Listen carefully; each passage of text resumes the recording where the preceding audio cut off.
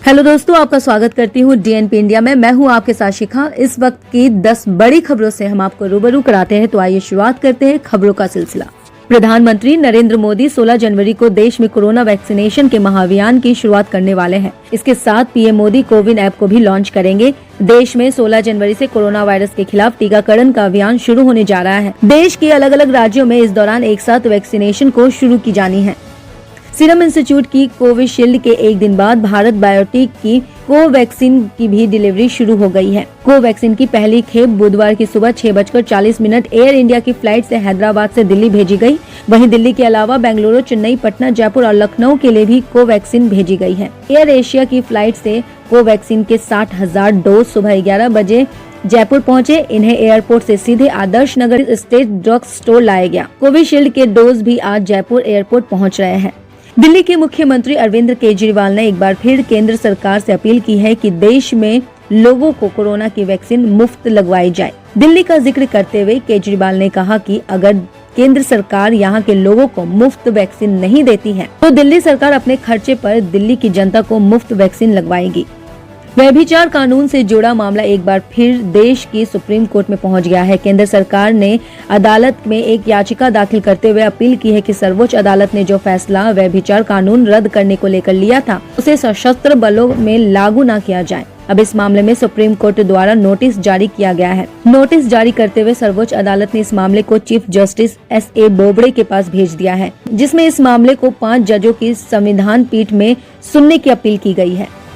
कृषि कानूनों के खिलाफ किसान आंदोलन का आज 49वां दिन है। प्रदर्शनकारी कृषि कानूनों की कॉपी जलाकर विरोध कर रहे हैं। इस बीच भाजपा सांसद हेमा मालिनी ने कहा कि जो प्रदर्शन कर रहे हैं उन्हें तो खुद ही नहीं पता कि वो क्या चाहते हैं और कृषि कानूनों में दिक्कत क्या है। इससे पता चलता है कि वो किसी के कहने पर प्रदर्शन कर रहे हैं। हेमा मालिनी ने ये भी कहा कि कृषि कानूनों के अमल पर रोक लगाना अच्छी बात है, इससे मामला शांत होने की उम्मीद है। वहीं किसान कई दौर की चर्चा के बाद भी मानने को तैयार नहीं है।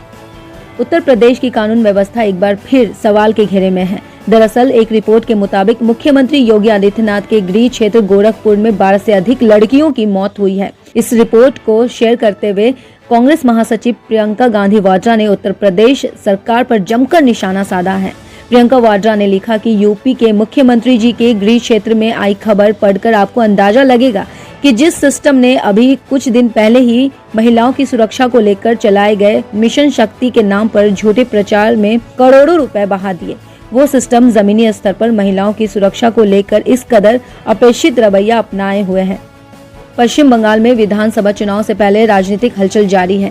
इस बीच बुधवार को ईडी ने मनी लॉन्ड्रिंग से जुड़े एक मामले में पूर्व सांसद केडी सिंह को गिरफ्तार कर लिया है। ईडी की उन पर लंबे वक्त से नजर थी। मनी लॉन्ड्रिंग के बारे में जब केडी सिंह अपनी ट्रांजैक्शन के बारे में सफाई नहीं दे सके, उसके बाद प्रवर्तन निदेशालय ने उन्हें गिरफ्तार कर लिया। पटना में इंडिगो एयरलाइंस के स्टेशन हेड रुपेश सिंह की उनके घर के बाहर हत्या से बिहार पुलिस के इकबाल पर सवालिया निशान खड़े हो गए हैं। साथ ही कई ऐसे पहलू हैं जो इस हत्याकांड और इसकी जांच को लेकर सवाल खड़े कर रहे हैं। फिलहाल उनके जानने वाले इस बात से इनकार कर रहे हैं। सभी लोगों का कहना है कि रुपेश काफी मिलनसार व्यक्ति थे और किसी से भी उनकी कोई लड़ाई नहीं थी। हालांकि इस बात से इनकार नहीं किया जा सकता है कि सुखदार लोगों के साथ रुपेश के संबंध और ऊंचे पहुंच की वजह से उनके कुछ दुश्मन भी हो सकते हैं। अमेरिका के उपराष्ट्रपति माइक पेंस ने अमेरिकी संविधान को उस प्रावधान को अमल में लाने से इनकार कर दिया जो उन्हें समय पूर्व राष्ट्रपति ट्रंप को अपने पद से हटाने का अधिकार देता है। अमेरिकी संविधान के 25वें संशोधन में जिक्र है कि अगर वर्तमान राष्ट्रपति कुछ कारणों से अपने पद की जिम्मेदारी उठा नहीं पाते तो उपराष्ट्रपति राष्ट्रपति को हटाकर देश की संवैधानिक शक्तियों को अपने हाथ में ले सकते हैं। बता दें कि ट्रंप का कार्यकाल अब मात्र 7 दिनों का रह गया है। 20 जनवरी को डेमोक्रेट में जो बाइडेन अमेरिका के नए राष्ट्रपति के रूप में शपथ लेंगे। वहीं डोनाल्ड ट्रंप बाइडेन को शांतिपूर्ण सत्ता हस्तांतरण के लिए तैयार हो गए हैं।